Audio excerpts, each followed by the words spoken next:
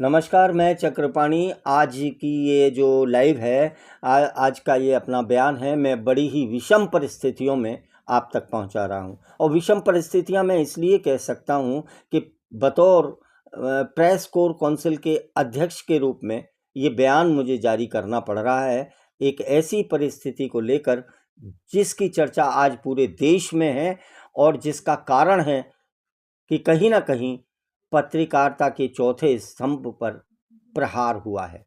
और वो एक ऐसा प्रहार है कि जिस पर नजरें नहीं चुराई जा सकती। मैं आप सभी देखने वालों का धन्यवाद देता हूं कि आप समय निकालकर मेरे इस बयान को सुनने की जहमत उठा रहे हैं।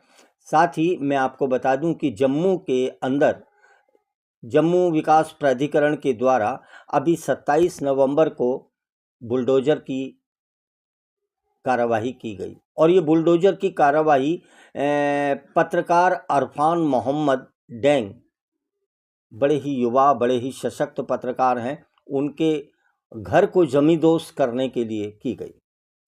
यहाँ मैं आप सब कश्मीरी भाई बहनों का, जम्मू के भाई बहनों का, लद्दाख के भाई बहनों का हृदय से आभार व्यक्त करते हुए अपने आप को प्रस्तुत करता हूं। और प्रस्तुत करता हूं जम्मू कश्मीर और लद्दाख हाई कोर्ट के माननीय चीफ जस्टिस श्री अरुण पल्ली साहब और जस्टिस रजनेश ओसवाल साहब। और मैं आपसे आपके सामने हाजिर होकर ये कहना चाहता हूं कि साहब, ये 27 नवंबर की जो घटना है ये बड़ी दुखद है। ये मात्र किसी पत्रकार पर प्रहार नहीं है, पत्रकारिता पर प्रहार नहीं है, बल्कि ये संविधान पर प्रहार है।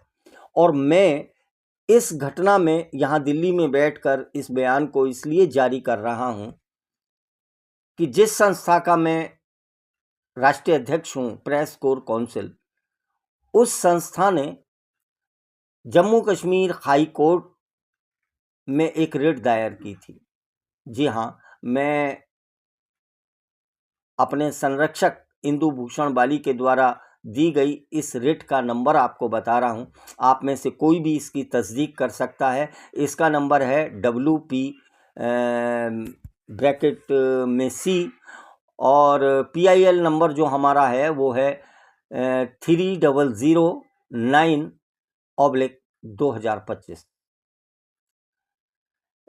आप सब लोग सोच रहे होंगे कि मैं ये आप तक क्यों पहुंचाना चाहता हूं। जी हाँ, ये रिट हमने जब दायर की थी हमारे संरक्षक इंदु भूषण बाली जी ने, तब हमारे मन में एक वीडियो को देखकर विचार आया था कि अगर सम्मानित पदों पर कुछ लोग ऐसे आसीन हो जाएंगे जिनके दामन दागदार हैं, जिनके पीछे कई सारे सवाल हैं, जिनके द्वारा किए गए कृत्य समाज में कहीं ना कहीं दुर्गंध फैला रहे हैं, समाज में कहीं ना कहीं बुराई का एक जखीरा बने हुए हैं, तो हम क्यों ना अदालत के सामने आए। लेकिन बड़ी ही मायूसी हमको देखने को मिली जब हमारी इस रिट को जम्मू कश्मीर हाई कोर्ट ने खारिज कर दिया। अब आप में से सोच रहे होंगे बहुत सारे लोग कि ये रिट हमने क्यों दायर की थी। जी हाँ, यही पत्रकार श्रीमान क्या नाम है अरफान मोहम्मद डेंग साहब ने एक इंटरव्यू किया था जम्मू कश्मीर हाई कोर्ट के ही एक सम्मानित अधिवक्ता साहब का, और उन्होंने आरोप लगाए थे, जो आज एक बहुत बड़ी हस्ती बन चुके हैं, लेकिन मैं उनको श्रीमान कविंदर गुप्ता ही कहूँगा, क्योंकि वो पूर्व में एक मुख्यमंत्री भी रहे और साथ ही उनका बड़ा प्रोफाइल बहुत सशक्त है और आज भी वो एक बहुत सशक्त पद पर आसीन है, संवैधानिक पद पर आसीन है। उन पर आरोप लगाए थे और हमारे मन में ये बात थी कि अगर कोई भी संवैधानिक पद पर व्यक्ति बैठे तो वो दागदार ना हो। इसीलिए हमने जम्मू कश्मीर हाई कोर्ट में एक याचिका दी, हमारी संस्था ने दी, श्रीमान इंदु भूषण बाली जी ने दी, और हम आज फिर से आपको ये बताना चाहते हैं कि हमारी निगाह में जम्मू विकास प्राधिकरण कल भी अपराधी था, आज भी अपराधी है। अगर हमारी रिट पर माननीय जम्मू कश्मीर हाई कोर्ट ने सही तरीके से संज्ञान लिया होता, अगर उस पर संज्ञान लेकर संविधान की रक्षा की होती, अगर उस पर संज्ञान लेके मानवीय संवेदनाओं को पहचाना होता, अगर उस पर संज्ञान लेकर संविधान की भाषा को समझा होता, अगर उस पर संज्ञान लेकर माननीय सुप्रीम कोर्ट के गाइडलाइन को ध्यान में रखा होता, तो वो रिट खारिज नहीं होती। और अगर वो रिट खारिज नहीं की जाती और इसके उलट जम्मू विकास प्राधिकरण पर नोटिस जारी होता, तो आज एक पत्रकार का घर नहीं गिराया जाता। घर चाहे पत्रकार का हो, चाहे किसी आम इंसान का हो, चाहे वो किसी जनप्रतिनिधि का हो, घर घर होता है। और ऐसे सर्दी के मौसम में अगर किसी का घर गिरा दिया जाए और कानों में तेल डालकर बैठी रहे जम्मू कश्मीर लद्दाख की हाई कोर्ट, तो कोई जरूरत नहीं है ऐसी हाई कोर्ट की। वो हाई कोर्ट नहीं है। फिर हाई कोर्ट का मतलब क्या है? अरुण पल्ली साहब, आप न्यायाधीश हैं, हम भी आपकी सम्मान करते हैं, पूरी आस्था रखते हैं न्याय में, न्याय व्यवस्था में, संविधान में आस्था रखते हैं, आपसे ज़्यादा ये आस्था रखते हैं। लेकिन एक सवाल पैदा होता है कि आप भी तो एक इंसान हैं। न्यायाधीश होने से पहले मानवीय संवेदनाएं आपके अंदर होनी चाहिए। और रजनीश साहब, आप भी बगल में बैठे थे, 2 सम्मानित जजों की ये खंडपीठ थी। आपने तो माननीय जम्मू कश्मीर हाई कोर्ट और माननीय सम्मानित जस्टिस की कुर्सी को भी दागदार कर दिया। आपको कोई अधिकार नहीं है इस पर बैठे रहने का। जवाब आपसे होते हैं। अगर गलती जेडी की है, कोई बात नहीं, लेकिन उससे बड़ी गलती आपकी है।